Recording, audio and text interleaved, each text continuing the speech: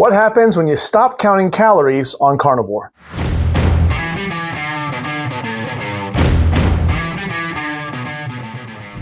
I'm a pastor, an entrepreneur, a world traveler, and a martial artist.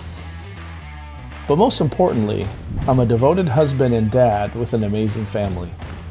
And the older I get, the more I realize the importance of being healthy so that I can be all that I can and should for my family. I haven't always been healthy though. In fact, I've struggled with my weight for a lot of my life. But in recent years, I found some great success in my weight loss and fitness journey living a lower carbohydrate lifestyle, particularly that of the keto and carnivore variety. Follow me on my journey as I continue to explore and share the benefits of living the low-carb lifestyle.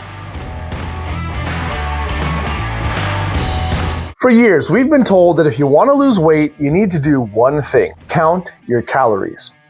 Measure everything, track everything, scan the barcode, weigh the food, log the meal, and make absolutely sure that you don't go over that magical number. Then I started eating carnivore, and something strange happened. I stopped obsessing over calories. I started paying more attention to what I was eating, whether I was actually hungry, and when I was satisfied. And today we're talking about what happens when you stop counting calories on the carnivore diet. And no, I'm not saying calories suddenly stop existing. There's a much more interesting conversation to have than just that. Let's get into it. Hey there, friends. If you're new here, my name is Jason, and I help busy parents and professionals like you and like me simplify their health using the carnivore diet, as well as some metabolic strategies. And this subject can get rather controversial very fast. So let me make something clear from the beginning. Energy balance still matters. Carnivore doesn't somehow eliminate basic physiology. But the interesting question is this: what happens when you change the foods that you're eating so dramatically that you may not feel the same need to constantly count and restrict? Well, that's where things get interesting. Change number one: you stop treating food like a math problem. I want you to think about how strange modern eating has become. We're standing in the kitchen with a food scale, a phone, a calorie app, a calculator, and we're trying to figure out whether or not we're allowed to eat another 137 calories. Carnivore can dramatically simplify that process. Instead of asking how many calories do I have left, you begin asking things like, am I actually hungry? And have I eaten enough to feel satisfied? Now, when you think about it, that's a completely different relationship with food altogether. Change number two: satiety becomes the main event. One reason some people find carnivore a lot easier to manage without constant tracking is simple. Protein and fat can be very satiating. Go ahead and think about the difference between eating a bag of chips versus a big plate of steak and eggs. It's very easy to keep reaching into the chip bag, is it not? But eventually your body gives you a pretty strong message after that steak. Your body tells you, hey, we're good. And that's powerful because instead of constantly fighting hunger while trying to stay under a calorie target, you may actually begin naturally stopping because you're satisfied. Change number three: you remove a lot of foods that are easy to overeat. So this might be one of the biggest pieces of the puzzle. Go ahead and think about the foods that people commonly overeat. We're talking cookies, donuts, chips, pizza, ice cream, sugary drinks. These are all things that you eat, but they're designed to be incredibly easy to keep eating. Carnivore removes most of them immediately. And so now your options become things like steak, ground beef, eggs, bacon. And now suddenly eating becomes much simpler. And for some people, total food intake may naturally change without deliberately trying to force it. Change number four: you begin learning your hunger signals again. Now, this was a big one for me. When you're constantly eating snacks, processed foods, and highly palatable objects, sometimes it's a combination of food, it can become difficult to distinguish actual hunger from just simple cravings. And then also you got to factor in things like boredom or just eating habits, right? Carnivore strips away a lot of that noise. And eventually you start asking, am I actually hungry? So here's my favorite test. If someone put a plate of ground beef in front of you right now, the question is, would you eat it? If the answer is no, but you'd absolutely eat a brownie, then you may not actually be hungry, and it really is just that simple. Change number five: you may naturally eat less often.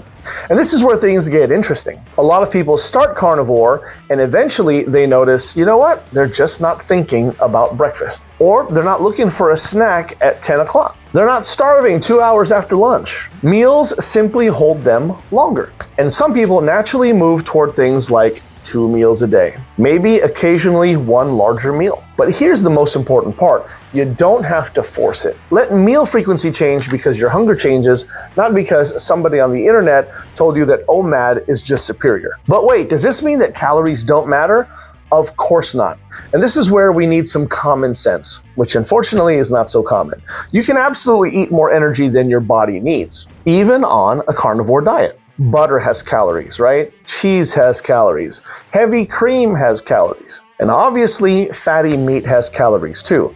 Carnivore isn't magical. The point isn't that calories don't matter altogether. What the point is that you may not always need to manually count every single calorie in order to influence how much you naturally consume. And those are two very, very different statements. So here are the carnivore foods that I would watch rather closely. If someone tells me, I'm eating carnivore, I'm trying to lose body fat, I'm never counting calories, but nothing is changing, well then I would start looking at the extras, right? I would start looking at things like larger amounts of cheese, servings of heavy cream, maybe adding huge amounts of butter beyond appetite, or maybe constant snacking. Carnivore foods can still be easy to overconsume, especially if you include dairy in your carnivore lifestyle. So don't turn eat until satisfied into eat unlimited amounts of anything just because calories don't exist anymore, okay? That's not what we're saying. So here's when tracking can actually still be useful. And here's another point in and of itself. Tracking isn't bad, it's a tool.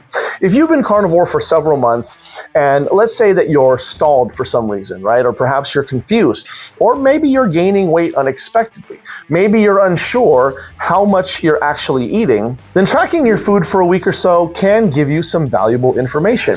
If you do a protocol like this, you may discover that you're eating more food than you actually thought, or perhaps you may discover that you're actually under-eating. Again, be systematic about it, right? Data can be useful. The problem begins when tracking becomes something that you feel chained to forever. So here's what I would do instead of obsessing over calories. Let's say that I was starting over, right? And today I'm hopping on carnivore for the first time. I'd just keep it simple. I'd build meals around meat.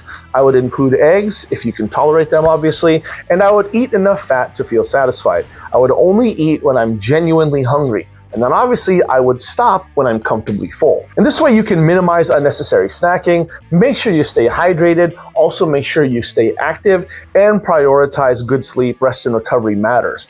And then watch what happens. Pay attention to your body, pay attention to your clothes, pay attention to your energy levels. And don't forget to pay attention to your hunger. And yes, pay attention to your weight if that's one of your goals. Remember, the real freedom isn't ignoring calories. And I think this is the part that probably gets missed the most. The freedom isn't saying calories are fake, eat unlimited food. No, that's not freedom.